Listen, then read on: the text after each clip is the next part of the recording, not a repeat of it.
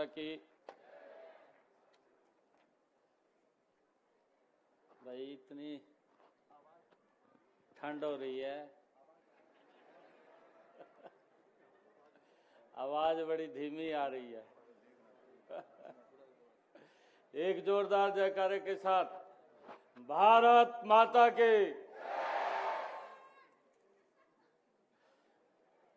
भारत माता के।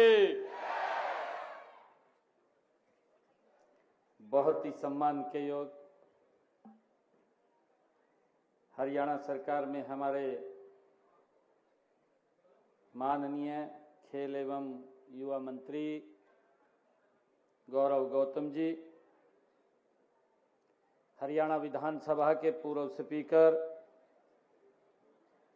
ज्ञानचंद गुप्ता जी, हमारे जिला के अध्यक्ष दीपक शर्मा जी, पंचकुला के हमारे मेयर कुलभूषण गोयल जी, हमारे हायर एजुकेशन के एसीएस वनीत गर्ग जी, हमारे डायरेक्टर जनरल एपीआरओ के एम पांडुरंग जी और उपस्थित सभी युवा साथियों, आज मेरे लिए ये बहुत ही गर्व और गौरव का दिन है कि आज ऐसे महान व्यक्तित्व जिनसे युवाओं को प्रेरणा मिलती है, ऐसे महान व्यक्तित्व स्वामी विवेकानंद जी की 163वीं ये जन्म जयंती पर इतनी भारी संख्या में हम सब युवा एकत्र आए हैं। आप सबको मैं स्वामी विवेकानंद जी की जन्म जयंती के अवसर पर बहुत बहुत बधाई और शुभकामनाएं देता हूं। आज राष्ट्रीय युवा उत्सव के अवसर पर आपके बीच में आकर के अपने अंदर में उत्साह, उमंग, उल्लास महसूस कर रहा हूं। उसे शब्दों में बयान नहीं कर सकता। साथियों, आप युवा हैं और आप में आज युवा होने की ताकत, जोश और जज्बे को मेरे साथ वो दिखाई दे रहा है। साथियों, आपकी आवाज बुलंद आपके ये युवा होने का प्रमाण देती है। मुझे खुशी है साथियों, आज का यह दिन केवल एक साधारण जयंती नहीं है। यह दिन और उत्सव हमारी भारतीय संस्कृति की दुनिया भर में परचम फहराने वाले महान संत स्वामी विवेकानंद जी को नमन करने, उन्हें याद करने और उनका अनुसरण करने का ये दिन है। इससे पहले मुझे आप जैसे जोशीले युवाओं की एक टोली को नशा मुक्ति अभियान पर रवाना करने का भी वो अवसर मिला है, जो साइकिल रैली के माध्यम से पूरे हरियाणा प्रदेश के कोने कोने में जाकर के नशे के खिलाफ युवाओं को जागरूक करने का, पूरे प्रदेश में ये फैलाने का काम करेंगे। नशा मुक्ति के संकल्प के लिए आज बेहतर दिन ही नहीं हो सकता। इस लड़ाई को आप सबके सहयोग के बिना कोई जीत भी नहीं सकता। आज मेरा आप लोगों से आग्रह है कि इस नशे के खिलाफ आज स्वामी विवेकानंद जी की ऐसे महान व्यक्तित्व जिनका जीवन हर पल के ऊपर हमें प्रेरणा देता है और हमें ये संकल्प लेकर के ये यहां से हम जाएंगे कि हम नशे के विरुद्ध डट करके जब तक समाप्त ना हो जाए हम उसके प्रति आवाज उठाते रहेंगे। मुझे ये खुशी भी है आज सभी युवा साथियों के बीच में कि आज गांव में ही युवाओं को जिम की सुविधा उपलब्ध कराने के लिए 250 जिमों का आज उद्घाटन भी हुआ है। मेरे हरियाणा प्रदेश के युवाओं को आज इस जिम के माध्यम से एक नई उनको उमंग और उत्साह से जोश से वो उनको इन जिम के माध्यम से शरीर स्वस्थ हो, नशे से दूर रहे, ऐसा 250 जिमों का उद्घाटन करने का भी मुझे अवसर मिला है। और इस नशे के खिलाफ आज हमारे युवा साथी ने एक युवाओं को प्रेरणा देने वाले एक गीत का भी लोकार्पण किया है। उससे भी युवाओं में नशे के प्रति वो ना जाए, नशे के विरुद्ध में खड़ा हो, उस गीत से भी हम सबको प्रेरणा मिलेगी। इसके अलावा निजी क्षेत्र में रोजगार की मदद के प्रति हमारे युवा साथी जिन्होंने ITI या अन्य डिप्लोमा किया है, ऐसे युवा साथियों को उनको ऑफर लेटर भी आज दिए गए हैं, वो भी आप लोगों के बीच में है। मुझे खुशी है कि आपने राष्ट्रीय सेवा योजना में बहुत अच्छा प्रदर्शन किया है। इसके लिए अवार्ड जीतने वाले मैं 25 युवाओं को आज सम्मानित भी किया है। साथ ही 100 वॉलंटियर्स को भी सम्मानित करने का मुझे अवसर मिला है। मैं सभी को बहुत बहुत बधाई और शुभकामनाएं देता हूं। युवा साथियों, राष्ट्रीय युवा दिवस ऐसे समय में ऐसे राष्ट्रीय संत के जन्म दिवस पर है जिन्हें हम स्वामी विवेकानंद जी के नाम से जानते हैं। आज एक सवाल मेरे मन में भी आ रहा है, आपके मन में भी शायद यह सवाल कभी उठा होगा कि आखिर विवेकानंद जी के ही जन्म दिवस को युवा दिवस के रूप में क्यों चुना गया है। इसका कारण है कि स्वामी विवेकानंद जी की उम्र से ही नहीं बल्कि अपनी सोच से, अपने मन से, अपने विचारों से और अपने कर्मों से भी युवा थे स्वामी विवेकानंद जी। स्वामी विवेकानंद जी का जन्म से विवेकानंद नहीं थे।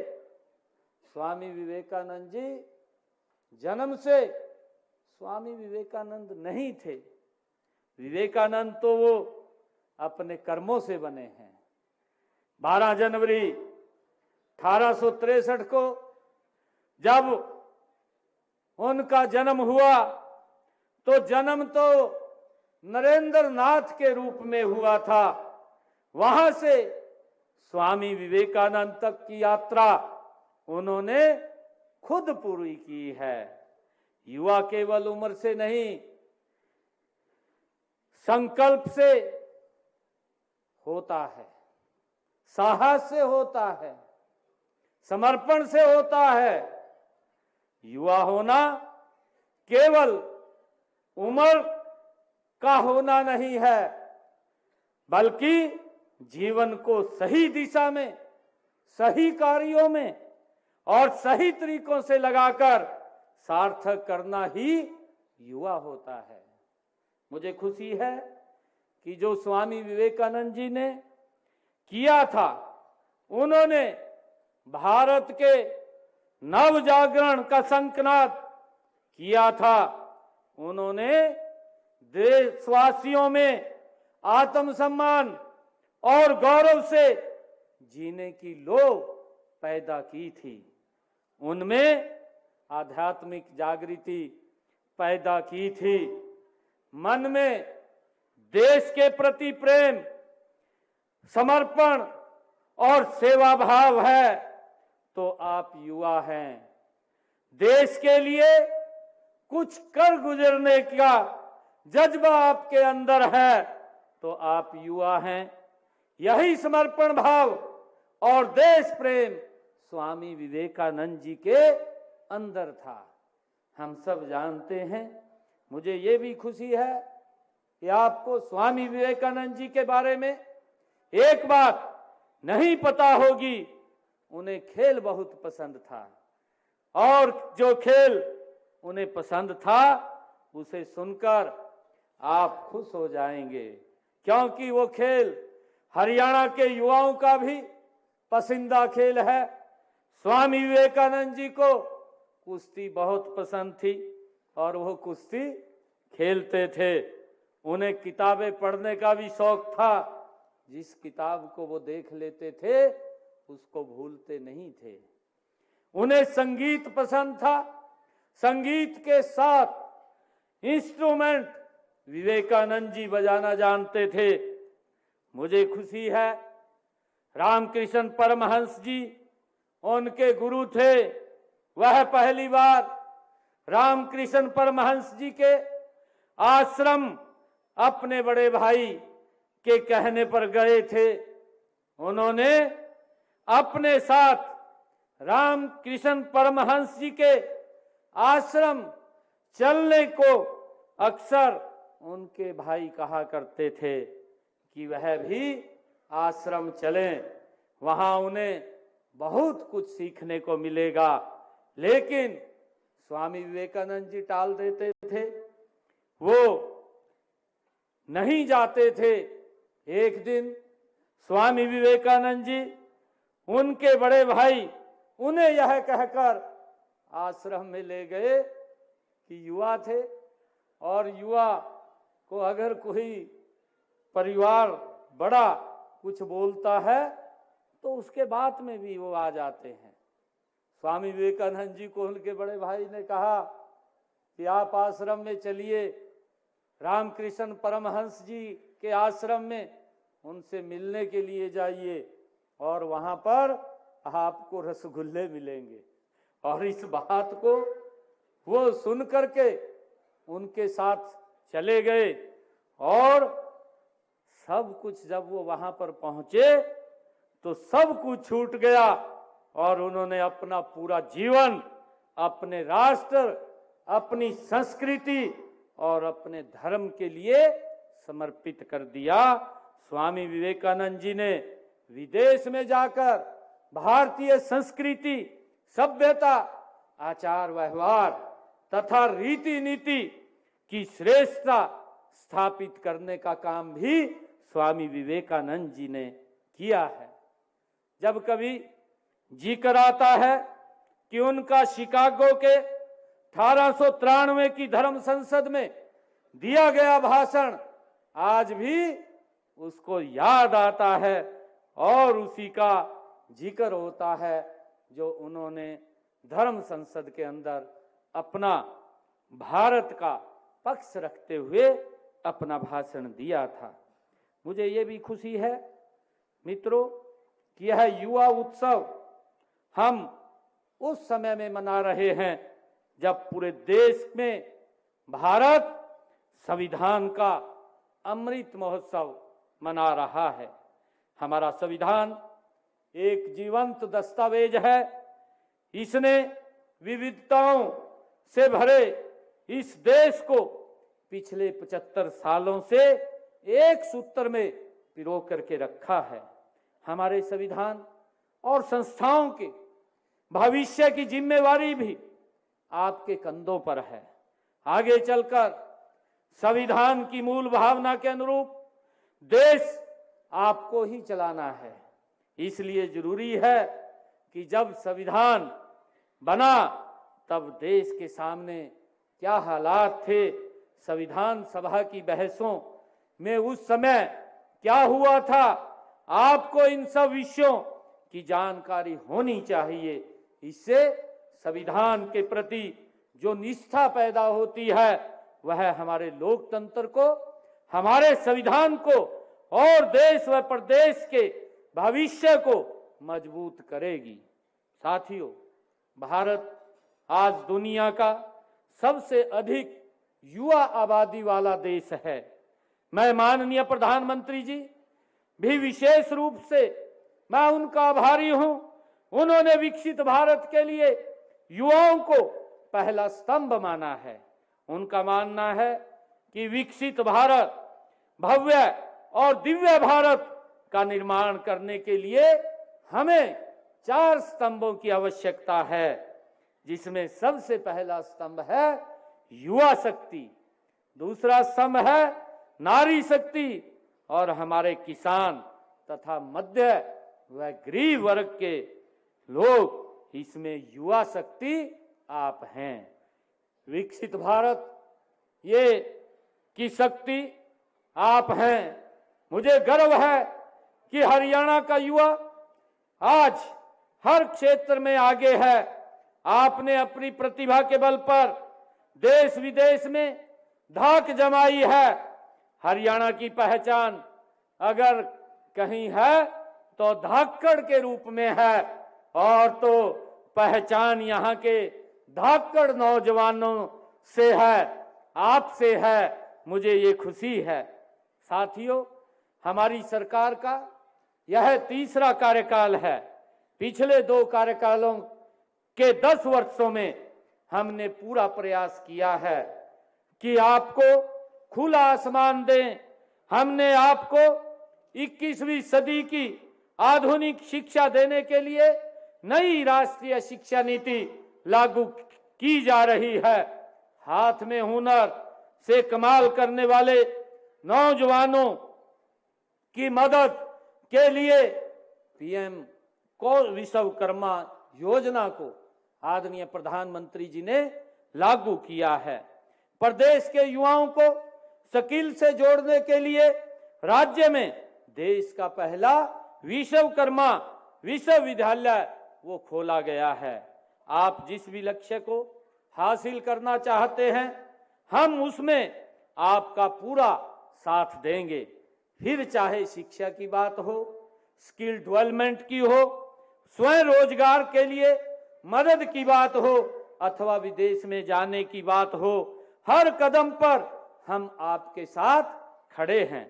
साथियों, आप जानते हैं कि हर युवा का एक सपना होता है कि वह कुछ बन जाए, उसकी भी कोई नौकरी लग जाए और वह अपने परिवार, देश, समाज के लिए कुछ कर सके। हरियाणा में सरकारी नौकरियों का क्या हाल था, यह तो आपको पता है। आप जानते हैं कि हरियाणा में नौकरी बिकती ही बिकती थी, आप सबको मालूम है। लेकिन नौकरी के कारण मां के गहने और घर की जमीन और युवाओं के सपने भी बिक जाते थे, परंतु कई बार नौकरी नहीं लगती थी। भाइयों, मुझे खुशी है, अभी हमारी डॉक्यूमेंट्री फिल्म में भी दिखाया गया है। स्वामी विवेकानंद जी ने भी कहा है कि जितना बड़ा संघर्ष होगा, जीत उतनी शानदार होगी। ये स्वामी विवेकानंद जी ने कहा है कि जितना बड़ा संघर्ष होगा, जीत उतनी शानदार होगी। हमने आकर युवाओं के सपनों की नीलामी को रोका है। हमने कहा कि नौकरी पारदर्शिता से और निष्पक्षता से हमारी सरकार देगी, और उसका परिणाम यह हुआ कि पिछले 10 वर्षों में हमारी सरकार ने बिना पर्ची बिना खर्ची के हरियाणा के अंदर 1,71,000 युवाओं को हरियाणा सरकार में नौकरी देने का निर्णय ये किया है। ये हमारी सरकार का दृढ़ संकल्प था। और भाइयों, अभी चुनाव चला था, ये तीसरी टर्म की सरकार है। इस चुनाव के अंदर किस प्रकार की बातें वो विपक्षी द्वारा की गई कि मेरे हिस्से में इतनी नौकरी आती है, मैं हिस्से के अनुसार दूंगा।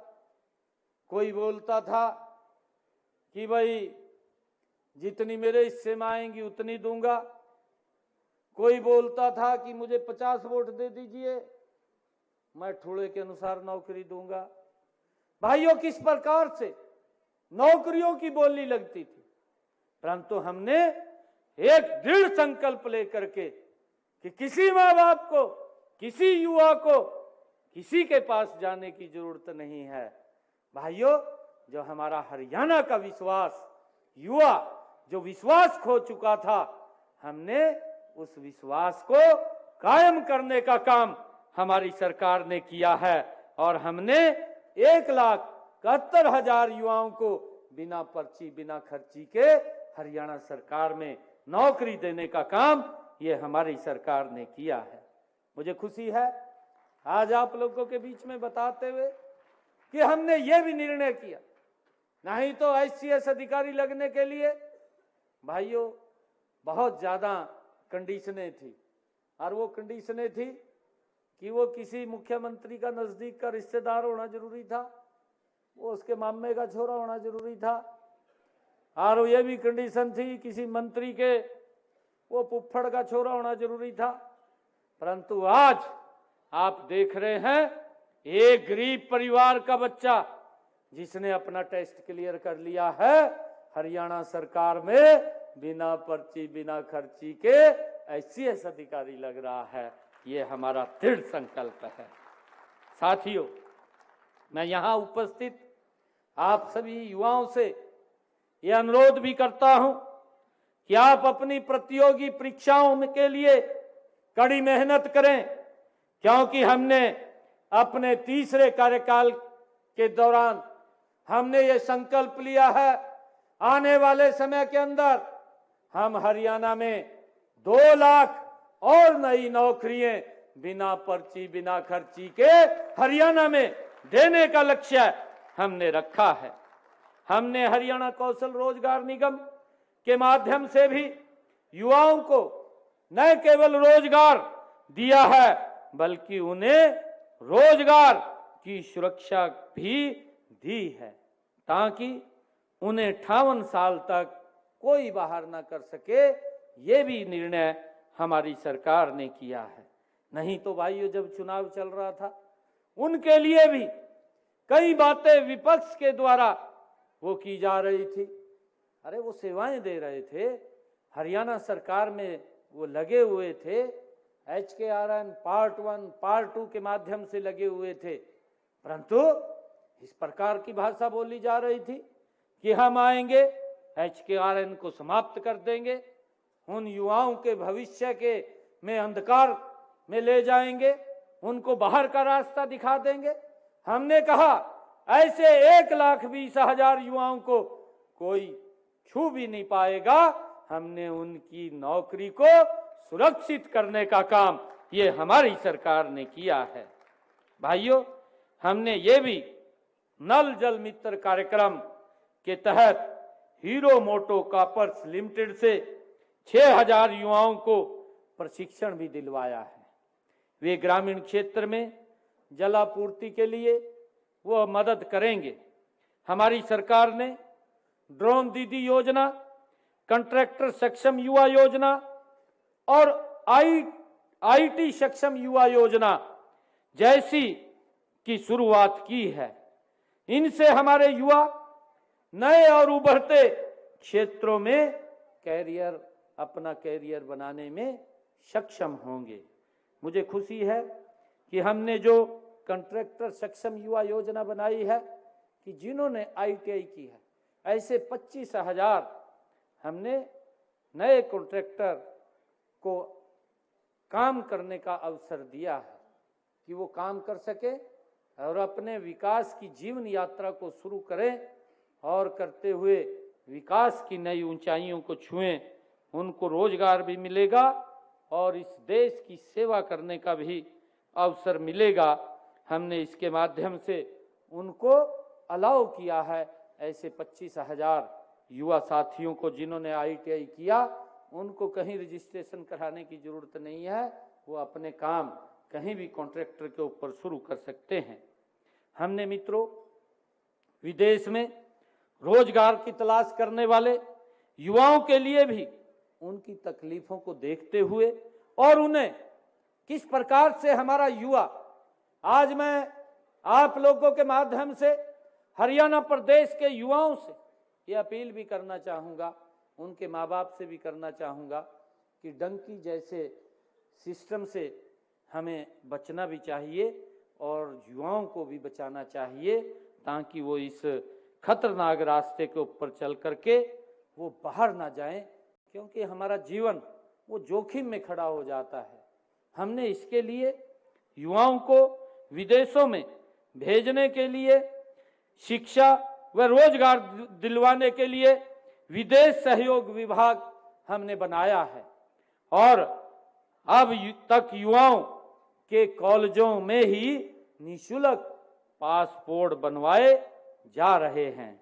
मुझे खुशी है कि हमने अब तक हरियाणा प्रदेश के अंदर 35,000 से अधिक युवाओं के पासपोर्ट बनवाए हैं।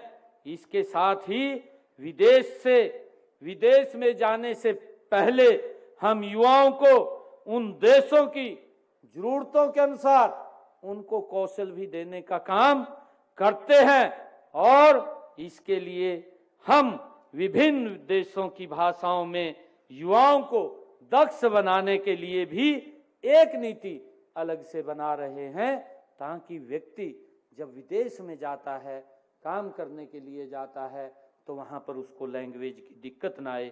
उसके लिए भी हमारी सरकार इसमें काम कर रही है। साथियों, आप जानते हैं कि आज दुनिया ग्लोबल विलेज बन चुकी है। हमारे हरियाणवी भाई आज विश्व के कोने कोने में बसे हुए हैं और उनमें से अधिकतर लोगों ने परिवार यहीं पर हैं। ऐसे हरियाणवियों के लिए हमने ग्लोबल हरियाणवी केंद्र नामक एक पोर्टल बनाया है। इस पर वे अपनी समस्याओं को डालकर मदद पा सकते हैं, चाहे वह जमीन जायदाद से जुड़ी हुई हो या समस्या या परिवार की कोई समस्या हो, किसी झगड़े अथवा प्रदेश में निवेश करने के उनकी कोई इच्छा हो, उसके ऊपर वो डाल करके वो उसकी जानकारी ले सकते हैं और हरियाणा सरकार उसका पूरा सहयोग करेगी। युवा साथियों, प्राइवेट क्षेत्र में भी युवाओं को रोजगार के बेहतर अवसर मिले, इसके लिए हमने डुअल सिस्टम ऑफ ट्रेनिंग के तहत लगभग 258 उद्योगों के साथ साझेदारी कर युवाओं को व्यवहारिक प्रशिक्षण देने का काम भी हमने शुरू किया है। हमारा लक्ष्य है कि वर्ष 2030 तक राज्य का हर युवा हुनरमंद हो और वित्तीय रूप से समृद्ध हो और इसी लक्ष्य की प्राप्ति के लिए स्कूलों में NSQF, कॉलेजों में पहली योजना, विश्वविद्यालय में इंक्यूबेशन सेंटर और तकनीकी संस्थानों में उद्योगों की जरूरत के अनुसार प्रशिक्षण के लिए उद्योगों के साथ MOU करने जैसे कारगर कदम भी हमने उठाए हैं। मैं एक बात राजनीति के बारे में भी करूंगा। भाइयों, आज युवा साथियों के बीच में है, आप में जो भी कोई राजनीति में अगर भागीदारी करना चाहते हैं तो अवश्य करें, हमें करनी चाहिए। माननीय प्रधानमंत्री जी ने युवाओं को राजनीति में आने के लिए आह्वान भी किया है। आप सक्रिय राजनीति में जितना आते हैं उतना ही परिवारवाद की राजनीति पर प्रभाव कम होता है। साथियों, आज युवाओं के सामने अगर सबसे बड़ी कोई चुनौती है तो वह नशा है, जिसका मैंने जिक्र भी किया है कि हमने आज एक यहां से यात्रा को शुभारंभ किया है। हरियाणा प्रदेश के एक एक गांव के अंदर वो जाकर के पूरे हरियाणा प्रदेश के युवाओं को जागरूक करते हुए उस नशे की चुनौती से निपटने के लिए उनको जागरूक करेगी। तो वह जो नशा है, आपको खुद को भी इसमें जाने से रोकना है, अपने मित्र बंधु को भी इसमें जाने से बचाना है। आज हमें ये संकल्प लेना है और जो इसमें जा चुके हैं उन्हें बाहर कैसे निकाला जाए, इसकी भी हमने चिंता करनी है। मैं नशे की आदत को समस्या नहीं, चुनौती मानता हूं और मेरा विश्वास है कि दुनिया की ऐसी कोई चुनौती नहीं है जिससे युवा पार ना कर पाए, उसे खत्म न कर सके। इस लड़ाई में मैं आपके साथ हूं। हमें अपनी ऊर्जा को, अपने उत्साह को, अपनी ताकत को नशे में नहीं मिलाना है, बल्कि नशे को मिटाने में हमने अपनी ताकत को लगाना है। हमने ये संकल्प लेना है। मुझे देश, समाज और अपने परिवार को सामने रख करके सोचना है कि नशा केवल हमारे शरीर को ही बर्बाद नहीं करता, बल्कि वो हमारे विकास के अंदर भी बाधा बनता है और हमारी शरीर को भी वो खत्म करता है, बर्बाद करता है, इन तीनों को समाप्त करता है। साथियों, युवा का अर्थ आप सबको पता ही है, आप सब जानते हैं कि अगर मैं युवा का अर्थ निकालूंगा तो मैं उसका अर्थ वायु निकालूंगा। आप सब जानते हैं कि युवा को अगर उल्टा किया जाए तो वायु बनता है, और वायु जब गति से चलती है तो भाइयों वो लोगों को स्वच्छ वातावरण देती है। तो मेरा आग्रह है कि हम वायु के अनुसार काम करें और वायु के अनुसार चलें। युवा होकर आप क्या कुछ नहीं कर सकते। जीवन की इस उम्र में इस अवस्था में जो ठान लिया जाता है उसे करने से कोई रोक नहीं पाता। युवा ने जो संकल्प ले लिया है, और स्वामी विवेकानंद जी ने तो कहा है, उन्होंने कहा है कि जब तक आप रुको मत, जब तक आप लक्ष्य की प्राप्ति तक नहीं पहुंच जाते। स्वामी विवेकानंद जी ने ये अपने शब्दों में कहा है। मुझे खुशी है कि आप सब जानते भी हैं कि आदि शंकराचार्य जी, जिन्होंने मात्र 13 वर्ष की आयु में ही वो सन्यासी हो गए थे। गौतम बुद्ध जी, जो 30 वर्ष की उम्र में घर छोड़ दिया था, और उन्हें ज्ञान भी युवावस्था में ही प्राप्त हुआ था। भगवान महावीर भी युवा थे। स्वामी विवेकानंद जी ने दुनिया की, भारत का परचम लहराया था और धर्म संसद में भाषण दिया था, तब भी स्वामी विवेकानंद जी युवा थे। और भगवान श्री कृष्ण जी ने गीता का ज्ञान देकर जिसे युद्ध के लिए तैयार किया था, वह अर्जुन भी युवा थे। अंग्रेजों की नाक में दम करने वाले, हमारे आजादी की मिसाल हाथ में लेकर चलने वाले भगत सिंह और चंद्रशेखर आजाद भी युवा ही थे। मुझे पूरा विश्वास है कि आप सभी अपने प्रदेश और देश का नाम रोशन करेंगे। मैं इसी संकल्प के साथ आप सबके उज्जवल भविष्य की मंगल कामना करता हूं। मुझे आज ये खुशी है कि आज हमारे हरियाणा प्रदेश के अंदर जो कुछ काम चल रहे हैं, मैं उनके बारे में भी आप लोगों को बताना चाहूंगा। और आज हरियाणा प्रदेश के युवाओं के लिए मैं कुछ घोषणाएं भी करना चाहूंगा। हम हरियाणा खेल उपकरण प्रावधान योजना 2024-25 के तहत खेलों के मुफ्त खेल उपकरण देते हैं। अब इस योजना में युवा क्लबों को भी शामिल किया जाएगा। आज मैं ये घोषणा करता हूं और उन्हें 8 अधिसूचित खेलों के लिए मुफ्त खेल उपकरण दिए जाएंगे। इन खेलों में वॉलीबॉल, फुटबॉल, बास्केटबॉल, हैंडबॉल, मुक्केबाजी, कुश्ती, जूडो और क्रिकेट शामिल हैं। हर साल खेल विभाग युवा क्लबों के लिए 2 साहसिक खेल शिविरों का आयोजन भी करेगा। मैं यह भी घोषणा करता हूं कि राज्य के वार्षिक खेल कैलेंडर में अंतर युवा क्लब खेलों को शामिल किया जाएगा। खेल विभाग इन खेलों का आयोजन कर हर साल करेगा। मैं ये भी घोषणा करता हूं कि हम हरियाणा के हर ब्लॉक में कम से कम एक ITI खोलेंगे। राज्य में 142 ब्लॉक हैं, हर ब्लॉक के ऊपर एक ITI वो खुलेगी। इसकी भी मैं आज घोषणा करता हूं। जिनमें से 26 ब्लॉक ऐसे हैं जहां ITI नहीं है। इनमें से 6 ब्लॉकों में नई सरकारी ITI खोलने का प्रस्ताव पहले ही हमने स्वीकृत किया जा चुका है और भवन निर्माण प्रक्रिया चालू है।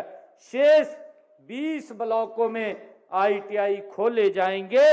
इन पर 400 करोड़ रुपए की लागत आएगी। इसकी भी मैं आज घोषणा करता हूं। मैं ये भी आज कहना चाहता हूं कि हमारे काफी युवा विदेशों में रोजगार की तलाश में रहते हैं, लेकिन उस देश की भाषा का ज्ञान न होने के कारण उन्हें वहां बड़ी समस्या का सामना करना पड़ता है। हमने यह निर्णय किया है कि युवाओं को विदेशी भाषा सिखाने और उससे संबंधित एजेंसी से प्रमाणित करवाने का खर्चा सरकार वहन करेगी। ये भी निर्णय आज हमने किया है। हमने ये भी निर्णय आज किया है, आज मैं इसकी भी घोषणा करता हूं कि आज से हम हार्टॉन एडवांस स्किल सेंटर परियोजना शुरू कर रहे हैं। इसके तहत पहले वर्ष में 87 एडवांस स्किल सेंटर खोले जाएंगे। ये केंद्र NSQF मान्यता प्राप्त प्रमाण पत्र प्रदान करेंगे। इससे हमारे युवाओं को राष्ट्रीय अंतर्राष्ट्रीय स्तर पर मान्यता प्राप्त कौशल मिल सकेगा। इसकी भी मैं आज घोषणा करता हूं। इससे पहले हार्टॉन के स्किल सेंटर मुख्य रूप से जिला स्तर पर ही खुले हैं। इनमें बुनियादी कंप्यूटर शिक्षा ही दी जाती है। पहली बार एडवांस स्किल सेंटर उपमंडल और ग्रामीण विकास खंडों में खोले जा रहे हैं। इनमें आर्टिफिशियल इंटेलिजेंस, साइबर सुरक्षा और ब्लॉकचेन जैसी उभरती हुई तकनीकों में उन्नत प्रशिक्षण दिया जाएगा। इससे युवाओं के लिए रोजगार की संभावनाएं बढ़ेंगी। भाइयों, मैं अंत में एक बार फिर आप सबको राष्ट्रीय युवा दिवस और स्वामी विवेकानंद जयंती की हार्दिक बधाई देता हूं। आपके बीच आकर आज अपने अंदर की एक नई ऊर्जा, उमंग और उत्साह और विश्वास को महसूस कर रहा हूं। आज आपके साथ से जो मैं भी खुद को युवा महसूस कर रहा हूं। आप सभी को मैं बहुत बहुत बधाई और शुभकामनाएं देता हूं। स्वामी विवेकानंद जी ने एक वाक्य कहा था और उस वाक्य को बोल करके मैं अपनी वाणी को विराम दूंगा। स्वामी विवेकानंद जी ने कहा था कि पहले हर अच्छी बात का मजाक होता है। स्वामी विवेकानंद जी ने कहा कि सबसे पहले अच्छी बात का मजाक होता है, लोग मजाक बनाते हैं, फिर उसका विरोध करते हैं। अंत में उसे स्वीकार करते हैं। ये हमारी इस संस्कृति का आधार है। ये हमारे स्वामी विवेकानंद जी ने कहा था। मैं आप सबको आज स्वामी विवेकानंद जी की जयंती की बहुत बहुत बधाई और शुभकामनाएं देता हूं। बहुत बहुत धन्यवाद। जय हिंद, जय भारत, जय भारत मां। और आप सबसे आग्रह करूंगा कि हम सब एक भारत के संविधान की ये प्रतिज्ञा भी हम सब अपने अपने स्थान पर खड़े होकर के लेंगे।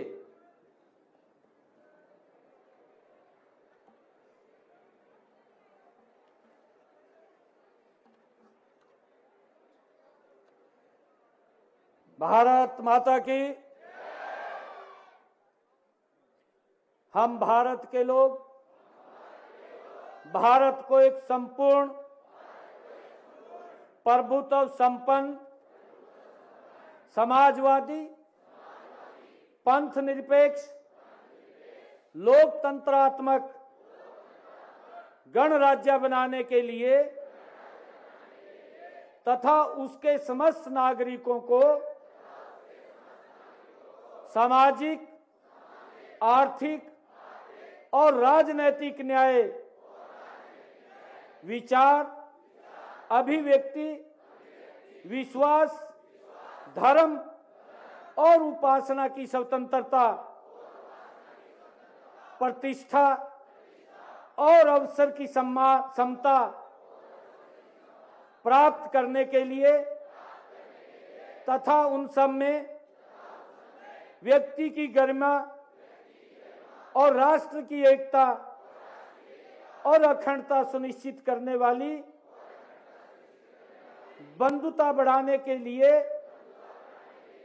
दृढ़ संकल्प होकर अपनी संविधान सभा में आज 26 नवंबर 1949 को एतद द्वारा इस संविधान को अंगीकृत, अधिनियमित और आत्मार्पित करते हैं। भारत माता की, भारत माता की। वंदे वंदे। बहुत बहुत धन्यवाद।